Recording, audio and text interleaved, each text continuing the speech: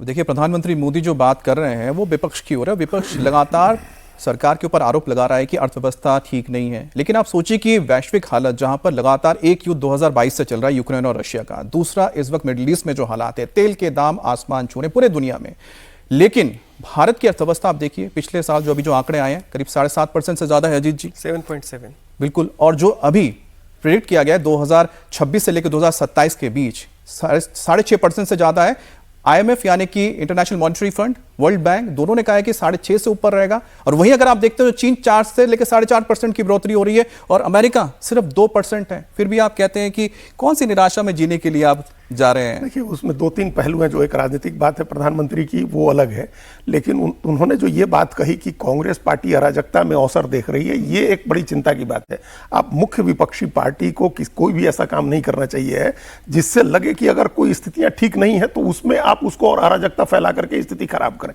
ये नहीं करनी चाहिए। राजनीति हर व्यक्ति करे, राजनीति का अपना एक तरीका होता है। मुख्यमंत्री बदलना कांग्रेस का अपना काम है। बीजेपी ने भी कर्नाटक में मिड टर्म मुख्यमंत्री बदला था। लेकिन अराजकता की जो बात कही प्रधानमंत्री ने, कि जो इन्होंने कहा राहुल गांधी ने कि हमको इंटरनल हमको लोग मैसेजेस कर रहे हैं और इंस्टीट्यूशनल रिवोल्ट हो गया है, मुख्य चुनाव आयुक्त हमको कर रहे हैं, जुडिशियरी के लोग कर रहे हैं, ये एक अराजकता फैलाने की बात है। ये कहना कि प्रधानमंत्री नहीं रहेंगे और इमरजेंसी लगा सकते हैं, ये अराजकता फैलाने की बात है। आप लोगों को लगातार प्रोवोक कर रहे हैं, आप जेन जी के नाम पर नौजवानों को प्रोवोक कर रहे हैं कि वो सड़क पर उतरे और आंदोलन करें। ये प्रोवोकेशन मैं इसलिए बोल रहा हूं, मैंने आंकड़ा इसलिए दिया सज्जन जी, क्योंकि आंकड़ा मैंने इसलिए दिया अजीत जी, क्योंकि आप प्रोवोक कर रहे हैं कि आपकी देश की इकोनॉमी गड्ढे में जा रही है, सब कुछ खत्म हो रहा है। तो आप खुद देखिए ना, जो फैक्ट्स आ रहे हैं, कुछ तो चीजें भारत RBI दे रही है ना, सरकारी है, फैक्ट्स हैं, वो तो खुद विपक्ष के नेता है, वो कभी भी फैक्ट्स को चेक कर सकते हैं। दूसरा वर्ल्ड बैंक और IMF बता रही है ना, दुनिया बता रहे हैं, पुतिन बता रहे हैं, डोनाल्ड ट्रंप बता रहे हैं कि भाई भारत के साथ हमें क्यों व्यापार करना है, क्यों एग्रीमेंट करना है, क्योंकि भारत की अर्थव्यवस्था सबसे तेज है इस वक्त पूरी दुनिया में। नहीं, देखिए, विपक्ष के साथ जो मूल समस्या क्या है कि आपकी लड़ाई जो है वो बीजेपी से है, जो सरकार में है।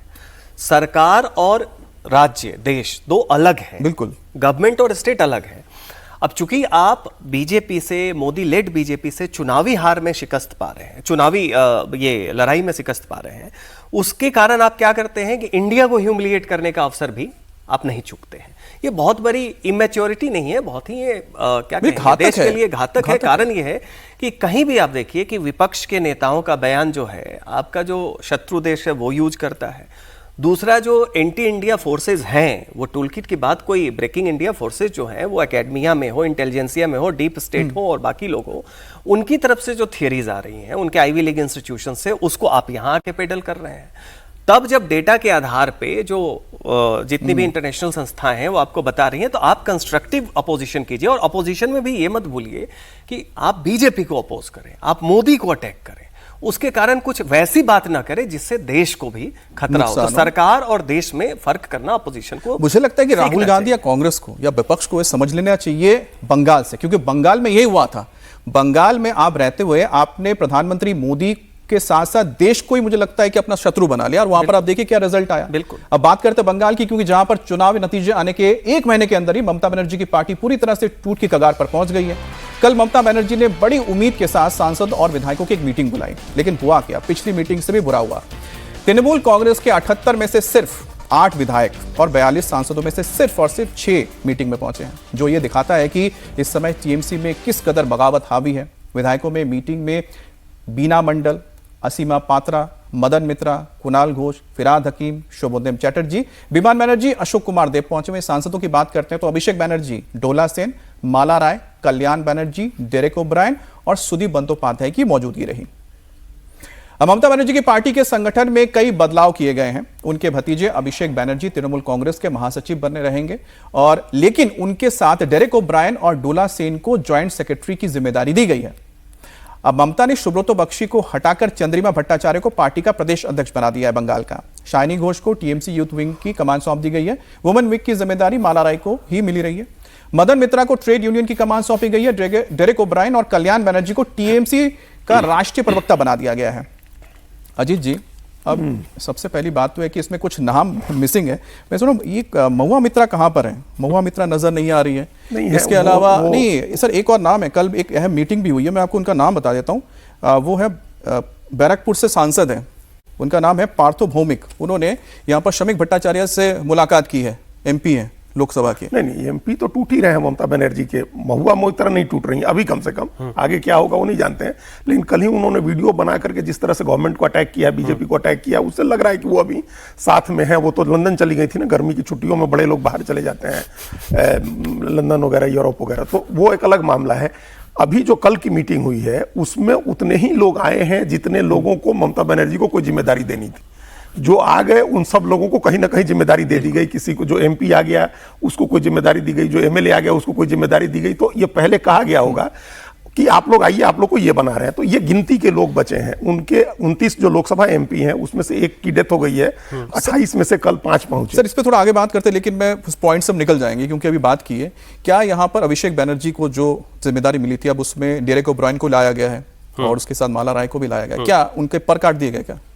नहीं, देखिए, दो चीजें एक साथ चल रही। एक तो ममता बनर्जी का पूरा प्रयास ये चल रहा है कि किसी तरीके से अभिषेक बनर्जी को बचा के रखें और पार्टी की कमान में उनको एस्टेब्लिश कर, मतलब पूरी तरह से उनको तो पहला तो यह है कि अपने आप भाईपों को एस्टेब्लिश करो, जबकि उनको पता है कि सारा रेबेलियन अभिषेक के कारण। बट उसके साथ चूंकि वो एक अनुभवी नेत्री है तो उनको यह भी पता है कि इससे होगा, तो उसको बैलेंस करने के लिए 2 और ज्वाइंट सेक्रेटरी उन्होंने बना दिए हैं यहाँ पे। तो ऐसी स्थिति में देखिए, ये सारा का सारा जो उन्होंने बदलाव किया है, अब इसमें कौन लोग हैं? डेरेक ओब्रायन बंगाल में कौन पूछता है उनको, कितना वोट लाएंगे? एंग्लो इंडियन है, उनके पिता जो है एंग्लो इंडियन कोटे से जब तक वो लागू था सांसद बनते थे, बाद में लड़ाई होने लगी दूसरे एंग्लो इंडियन कोटे से, अब वो चला गया तो टीएमसी को पकड़ के बैठे हैं। तो वैसी स्थिति में जितने भी लोग हैं, कितने, एक तो सारे के सारे सीनियर सिटीजन वाले उसमें दहलीज की तरफ है या ऑलरेडी उसमें एंटर कर चुके हैं, कितने ऐसे हैं जो कि कल के डेट में जनता को अपनी तरफ खींच पाएंगे? जो ले दे के बची है ममता बची है, और ममता चाह रही है अभिषेक को नेता मान लिया जाए, तो 5-6 लोगों ने मान लिया। और अभिषेक का जो हाल हुआ था अभिषेक के साथ जो सोनारपुर में हुआ, उसके बाद तो आप समझ ही सकते हैं कि लोगों का कितना गुस्सा है कि जिनको एक तरह से आप कह सकते हैं कि बाय डिफॉल्ट सीएम माना जाता था, उनके ऊपर इतने जबरदस्त तरीके से लोगों ने अपना गुस्सा जाहिर किया सरेआम। विधायकों के बाद टीएमसी सांसदों के कैंप में भी जो खबर है वो है कि ममता के लिए टेंशन बहुत ज्यादा आने वाली है आने वाले वक्त में। क्या बताया जा रहा है कि 23 सांसद टीएमसी के अपना एक अलग गुट बना चुके हैं, वो बगावत की तैयारी में है और कभी भी पाला बदल सकते हैं। 23 सांसदों की बगावत पर कल्याण बनर्जी ने जब सवाल पूछा गया उनसे, तो उन्होंने क्या जवाब दिया, सुनिए। हम तो हवा में बात नहीं करते हैं। आप 23 आदमी का नाम जानते हैं तो हमको दे दीजिए। या ये 23 आदमी जा रहे हैं तो अब हम बात करेंगे। नहीं, वो आप चिंता मत कीजिए, सब कुछ ठीक है। अरे पब्लिक ममता दी का साथ है तो सब कुछ कंट्रोल है। अरे सुनिए, बहुत बड़ा लीडर हम लोग देखा है। ममता बनर्जी को छोड़ के कोई तृणमूल करने सके तो जाको पब्लिक को जाके बोलो, भाई ममता बनर्जी हमारा लीडर नहीं है, हम हमारा लीडर है। तो अब देखिए कि वो बता रहे हैं कि हमारे नेता कौन है, लेकिन इन सब के बीच जो 23 नाम आ रहे हैं उसमें देखिए एक है बारासात की काकोली दोस्तीदार, इसके अलावा मैंने कहा पार्थो भौमिक जो आते हैं उत्तर 24 परगना में पड़ता है, बैरकपुर सीट से आते हैं, वो भी मुलाकात कर चुके हैं। लेकिन काकोली दोस्तीदार ने एक ट्वीट किया, बहुत महत्वपूर्ण है। उन्होंने कहते हैं ना बातों बातों में कुछ बताने की कोशिश की है। चार्ल्स मैके को उन्होंने कोट किया है, अब मैं उसका हिंदी अनुवाद बता देता हूँ, अंग्रेजी में है। उन्होंने कहा है कि आप कहते हैं कि आपका कोई शत्रु नहीं है, अफसोस मेरे मित्र, ये दावा खोखला है। जिसने कर्तव्य की लड़ाई में भाग लिया है, जिसका साहस सहन नहीं करता है, उसने शत्रु अवश्य बनाए होंगे। यदि आपका कोई शत्रु नहीं है तो आपने नगण्य कार्य किया है।